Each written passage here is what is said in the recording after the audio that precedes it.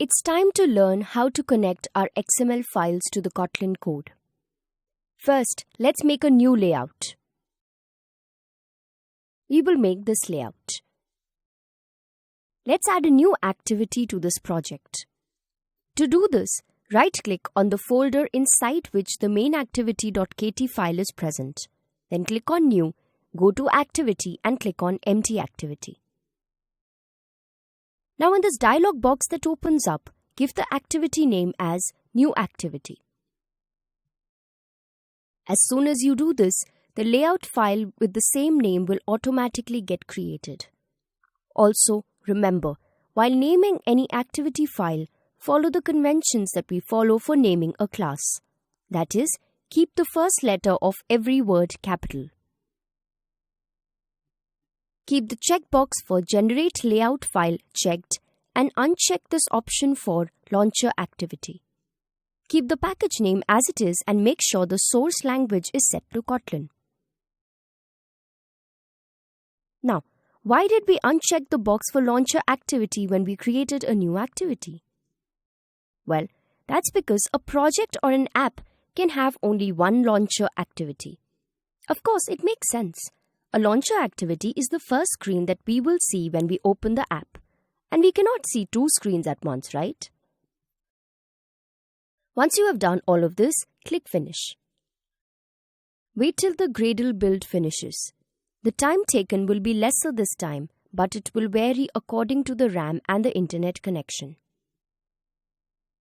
Also, make sure the system is always connected to the internet while the build process is taking place to avoid any build fails. Once the activity is created, open its layout file. To do this from the Kotlin file, you can simply hold Ctrl and click on the file you want to open. In this layout file, again remove the constraint layout since we will not be working with it and change it to relative layout. Let's add the background attribute and make the background as white. We have added the hex code for white color here. Now, we will add an image view to this layout. So first, let's add the image to our resources. Go to the link in the helper text and add the image to the drawable folder inside the res directory. Make sure you follow the steps that are shown here.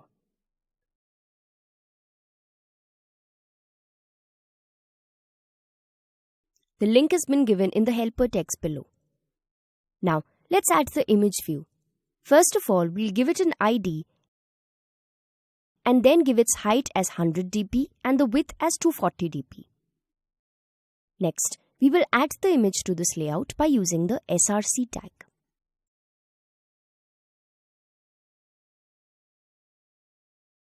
We have added the name of the Avengers logo we just added to the drawable folder. To align the logo in the center, use the layout_center horizontal attribute and set its value to true. Do you see that the logo is sticking too much to the top border? Let's add a margin from the top and give it a value of 30 dp. Now we will add two edit texts, one which will take the mobile number of the user and the other which will take the password from the user.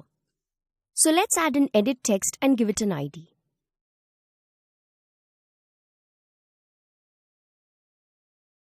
We will give its height as wrap content and the width as match parent.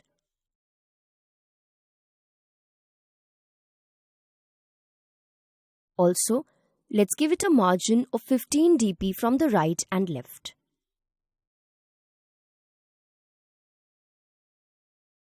Now, we'll give it a margin of 20 dp from the top. Also, we will give it a padding of 6 dp. Then we will align it below the image view we just created. Now, since we want the user to enter his mobile number here, we will use the input type as phone. This will make the numbers keyboard appear for the user.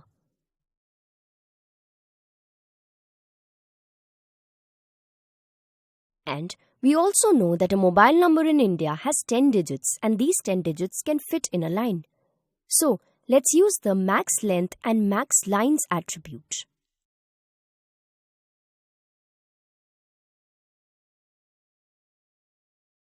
The value of the max length attribute will be set to 10 since we want to take only 10 numbers as input. And the value of max line will be set to 1 since we want the user to use only one line to do this. Okay, so our edit text for taking the mobile number of the user looks good, right? Now let's add another edit text for taking the password from the user. We will give the same formatting to this edit text as we did to the previous one. In general, it is a good practice to give two similar adjacent views the same dimensions and formatting. It gives uniformity to our screen and makes it look good. Now, let's give the input type for this view as text password and the max lines as 1.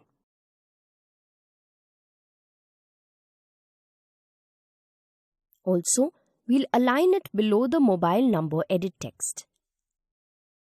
Now let's go ahead and add hints to both these edit texts. So, we add the hint attribute to this first edit text and give it the value enter mobile number. You see we get this yellow highlight again? This yellow highlight appears because these messages are hard-coded when we give them like this. The correct method that we have already looked at is to define these strings in the resources directory and then refer to those strings over here. To do this, we can simply place our cursor on this string here and hit Alt plus Enter. Choose the Extract String Resource option and in the dialog box that opens up, give it a proper name. The name will be given in all small letters with no numbers and no special characters except for the underscore. So we are giving the name mobile underscore number here. Now click on OK. If you see here, the value we had entered has turned into the reference for the string resource we just created. We can also go to the string.xml file and see if the resource got added. Yes, it did. Now, let's go ahead and do the same for this password edit text.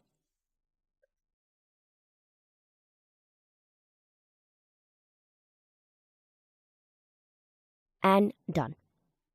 Next, we need to add a button below the edit text and give it the value as login.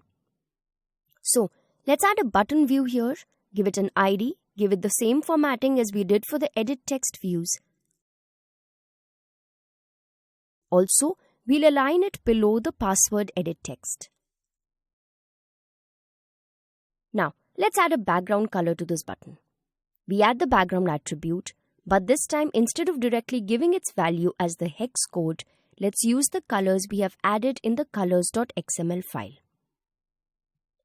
We will simply refer to one of those colors here. Type @ and automatically all the options will come here. We are going to select this option.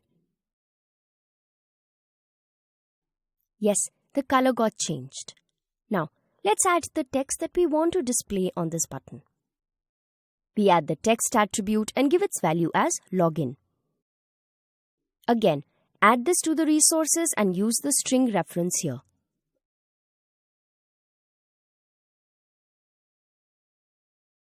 Done. Now, let's add text style, make it bold. Give it a size of 18 sp. Give the text color as white. We have used the hex code for white here. Okay, our button is created. Next, we are going to add these two text views for forgot password and register yourself. So let's add a text view and give it an ID.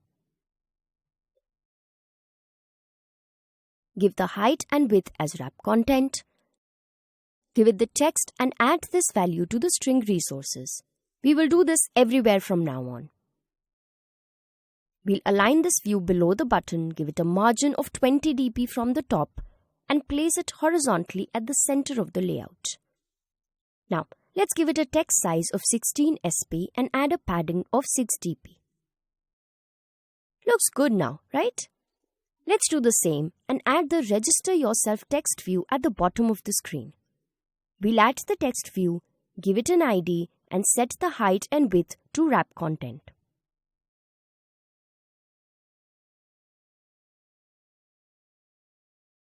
Add the text here, give it a text size of 16 sp and a padding of 6 dp.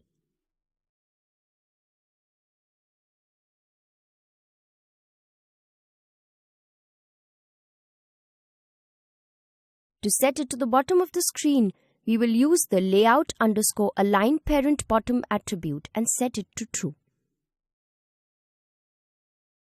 Then give it a margin of 30 dp from the bottom. Also, we will put it in the center of the screen horizontally. So we have done all this and the view looks good now. Our layout is ready. Let's give the title of this activity as login. Just like we had done for the main activity earlier, let's go to the new activity.kt file. Inside the onCreate method, type title and give the title as login. Now do you remember that we had changed the name of the layout in the setContentView method so as to open a layout in the app? Well, this time we'll do the same thing but with a different method. This time we will tell the Android operating system to open this new activity when the app launches. This means that we will change the name of the launcher activity. To do this, let's go to the Android manifest.xml file. We see here that the new activity has already been made inside the manifest file. So like we told you before, during the Android Studio tour, every activity needs to be mentioned inside the manifest file. But as you can see, Android Studio does that for us automatically. Now over here if you see, the main activity has been specified as the launcher activity. We need to change this. We will simply copy this intent filter and put it inside the tag which has the new activity. And this will do the job for us.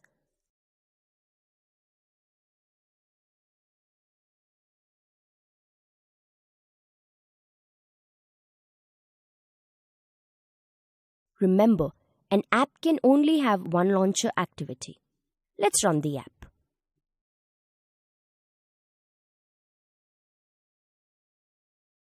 Yes, we get the login layout we just created as the first screen. Now, if you tap on this field, you will get the keypad to enter only numbers. Also, if you enter digits here, you will see that you cannot enter more than 10 digits.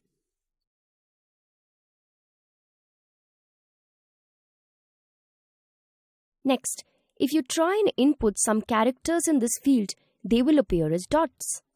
That's because we have set the input type to password. Now, if you click on this button, nothing happens right now, right? This means that our page is not yet functional. In the next video, we will learn how to add functionality to these views and make the button clickable. Click next whenever you are ready.